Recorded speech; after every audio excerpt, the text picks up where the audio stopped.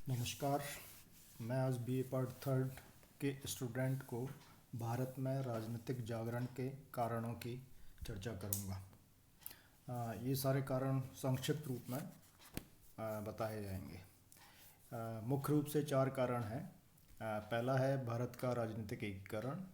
दूसरा है 19वीं सदी का सामाजिक धार्मिक सुधार आंदोलन, पाश्चात्य शिक्षा का प्रभाव, आर्थिक शोषण की नीति और लॉर्ड लिटन की दमनकारी नीतियाँ। अब उनको विस्तार से मैं आपके सामने बताता हूँ। राज पहला है भारत का राजनीतिक एकीकरण। असल में जो 1857 का प्रथम स्वतंत्रता संग्राम हुआ, उसके बाद भारत में एक राजनीतिक जागृति दिखाई देती है। तो उसमें जो सबसे पहला कारण था भारत का राजनीतिक एकीकरण। 1707 के पश्चात भारत की राजनीतिक एकता का लोप हो चुका था, किंतु अंग्रेजों ने संपूर्ण देश को एक दृढ़ केंद्रीय शासन के अंतर्गत लाकर भारत में राजनीतिक एकता स्थापित की। इससे भारतीयों में राष्ट्रीय भावना का अंकुरण हुआ और शनय शनय समान विचारों वाले व्यक्तियों में मैत्रीपूर्ण संबंधों की स्थापना हुई। ब्रिटिश शासनकाल में जिस राजनीतिक एकता का प्रादुर्भाव हुआ, वह उस राजनीतिक एकता से भिन्न थी जो प्राचीन तथा मध्यकालीन शासकों द्वारा स्थापित हुई थी। इस एकता को महत्वपूर्ण बनाने का श्रेय पाश्चात्य शिक्षा, यातायात और संचार के साधनों का विकास आदि को है। तो दूसरा कारण है 19वीं शती का सामाजिक धार्मिक सुधार आंदोलन। 19वीं शती में भारतीय राष्ट्रवाद की प्रबल धारा को उस युग के सुधार आंदोलन ने अपूर्व बल प्रदान किया। सदियों तक विदेशी पराधीनता के बाहुपाश में बंधे रहने के कारण भारतीय जनसमूह अपने सांस्कृतिक वैभव को भूल चुका था। भारत अंग्रेजी सत्ता की स्थापना के साथ ही ईसाई धर्म का प्रचार भी तीव्र गति से हुआ, जिससे हिंदू धर्म का विनाश होने लगा। इस प्रतिक्रिया के रूप में भारत में विभिन्न धर्म सुधार आंदोलन हुए। राजा राम मोहन राय ने ब्रह्म समाज की स्थापना करके ईसाई धर्म की ओर आकर्षित होने की भावना को कम किया। राजा राम मोहन राय का यह कार्य अंग्रेजी पढ़े लिखे बंगाल के लोगों तक ही सीमित रहा, किंतु स्वामी दयानंद एवं आर्य समाज ने यह आंदोलन जनसाधारण तक पहुंचा दिया।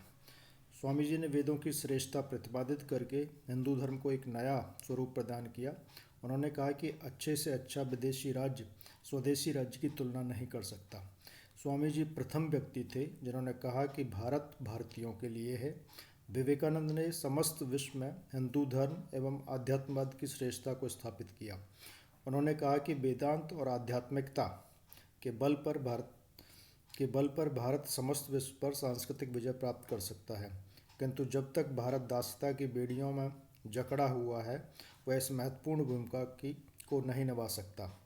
इस प्रकार इन सुधारकों ने भारतीयों में आत्मविश्वास तथा अपनी प्राचीन गौरवमयी परंपराओं के प्रति श्रद्धा उत्पन्न की, जिससे देश में राष्ट्रीय चेतना का संचार हुआ। तीसरा जो कारण है वह है पाश्चात्य शिक्षा का प्रभाव। पाश्चात्य शिक्षा का महत्वपूर्ण योगदान रहा।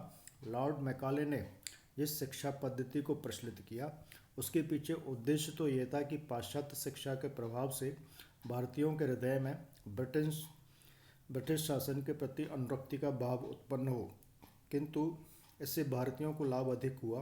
अंग्रेजी साहित्य स्वतंत्रता की भावनाओं से परिपूर्ण था, अतः उसने भारतीयों के लिए स्वतंत्र यूरोपीय विचारों के द्वार खोल दिए।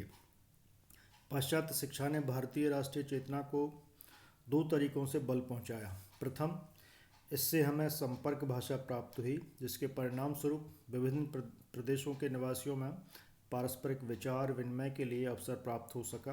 द्वितीय, ये मिल्टन, बैंथम, रूसो, वोल्टेयर आदि यूरोपीय लेखकों के स्वतंत्र विचारों से भारतीय परिचित हुए और उनके विचारों का भारतीय बुद्धिजीवियों पर गहरा प्रभाव पड़ा। अंग्रेजी शिक्षा के प्रसार से विभिन्न देशों की राजनीतिक घटनाओं का ज्ञान सरलता से उपलब्ध होने लगा।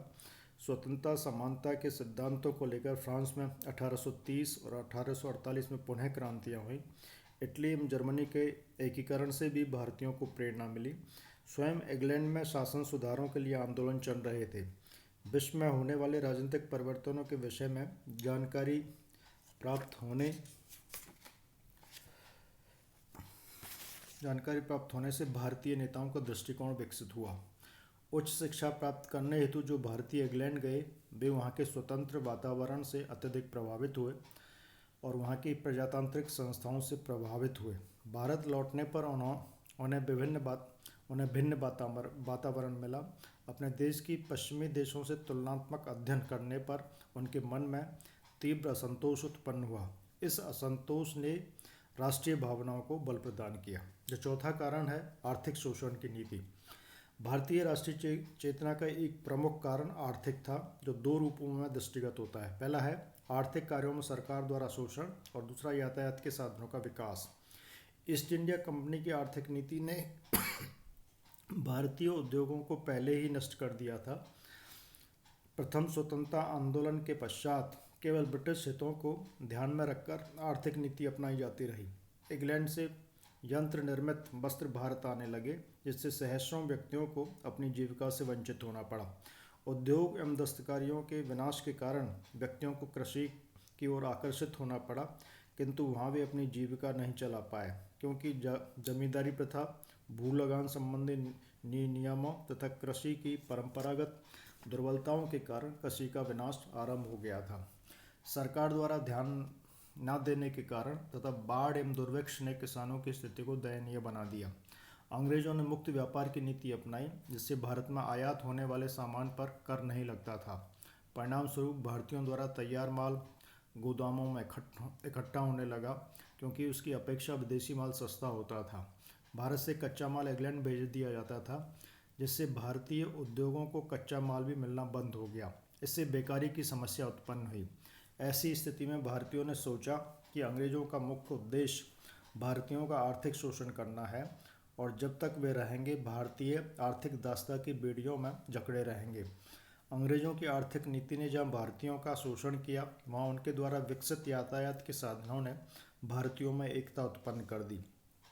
अब व्यक्तियों के बीच की दूरी समाप्त हो गई, उन्हें पारस्परिक विचार विनिमय संभव हो गया। अब वे मिलकर राष्ट्रीय समस्याओं पर विचार करने लगे।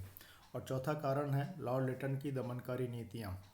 1876 में लॉर्ड लिटन को गवर्नर जनरल बनाया गया। लिटन की प्रतिक्रियावादी नीतियों के कारण राष्ट्रीय असंतोष की ज्वाला धधक उठी।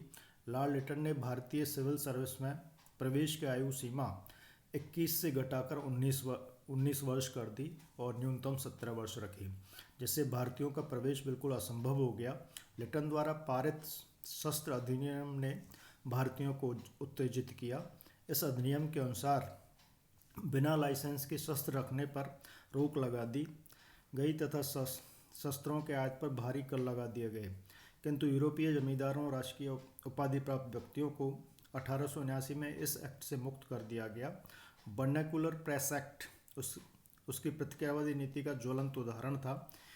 इसी समय जब भारत में अनेक भागों में अकाल फैला हुआ था तथा लोग भूख और प्लेग से मर रहे थे, लिटन ने दिल्ली में एक शानदार दरबार का आयोजन किया। सुरेंद्रनाथ बनर्जी ने संदर्भ में कहा है, यदि एक स्वेच्छाचारी वायसराय की प्रशंसा के लिए देश के राजा तथा अमीरों को आमंत्रित होने के लिए बाध्य किया जा सकता है, तो देशवासियों को न्याय संगत ढंग से स्वेच्छाचारिता रोकने के लिए संगठित क्यों नहीं किया जा सकता है। ये प्रमुख कारण थे जिनकी वजह से भारत में राजनीतिक जागरण हुआ। धन्यवाद।